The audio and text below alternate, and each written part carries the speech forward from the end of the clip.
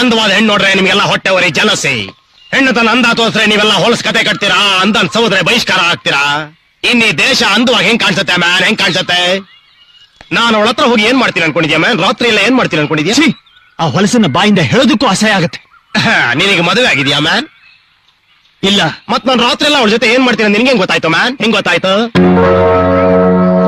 ಅಂದ್ರೆ ನಾನು ಮಾಡ್ತಿರೋ ಕೆಲಸ ಹೊಲಸಲ್ಲ, ನೀನ್ ಯೋಚನೆ ಮಾಡ್ತಿರೋ ರೀತಿ ಹೊಲಸು, ನಿನ್ನ ಮನಸ್ಸು ಹೊಲಸು.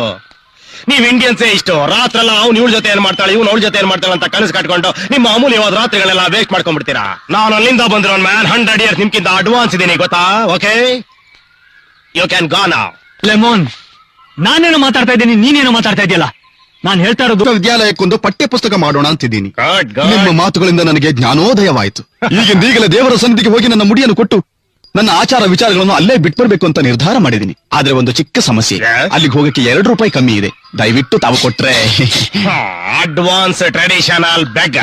Okay, $2 rupees. Yeah. ನಾನ್ ನಿನ್ಗೊಂದು ಕ್ವಶನ್ ಕೇಳ್ತೀನಿ, ಆನ್ಸರ್ ಮಾಡಿದ್ರೆ $5 ಕೊಡ್ತೀನಿ. $5 ಅದೆಲ್ಲ ಬೇಡ ಸ್ವಾಮಿ, 5 ರೂಪಾಯಿ ಕೊಡಿ ಸಾಕು. It doesn't know the value of dollars. ನಿನ್ ಯೋಗ್ಯತೆನೆ ಅಷ್ಟು. ಓಕೆ, ನೀನ್ ಇವಾಗ ತಿರುಪತಿಗೆ ಹೋಗಿ ಮುಡಿ ಕೊಡ್ತೀಯಲ್ಲ, ಮತ್ತೆ ಅದು ಬೆಳೀತದೆ ವಾಪಸ್ ಬರುತ್ತೆ ಅಂತ ಕೊಡ್ತೀಯ. ಹೌದಾ? ಬೆಳೆದೇನೆ ಇದ್ದಿದ್ರೆ ಕೊಡ್ತಿದ್ಯಾ? ಅಂತ ದೇವ್ರ ಮೇಲೆ ಭಕ್ತಿ ಇದ್ರೆ ನಿನ್ ಕಣ್ ಕಿತ್ ಕೊಡು, ಹೊರಗ. ಕೈ ಕತ್ತರಿಸ್ಕೊಡು, ನಾರಾಯಣ. ಕಟ್ ಮಾಡ್ಕೊಡು. ಓ ಯಪ್ಪ. ದೇವ್ರಿಗೆ ಮುಡಿ ಕೊಡ್ತಾನಂತೆ, ಮುಡಿ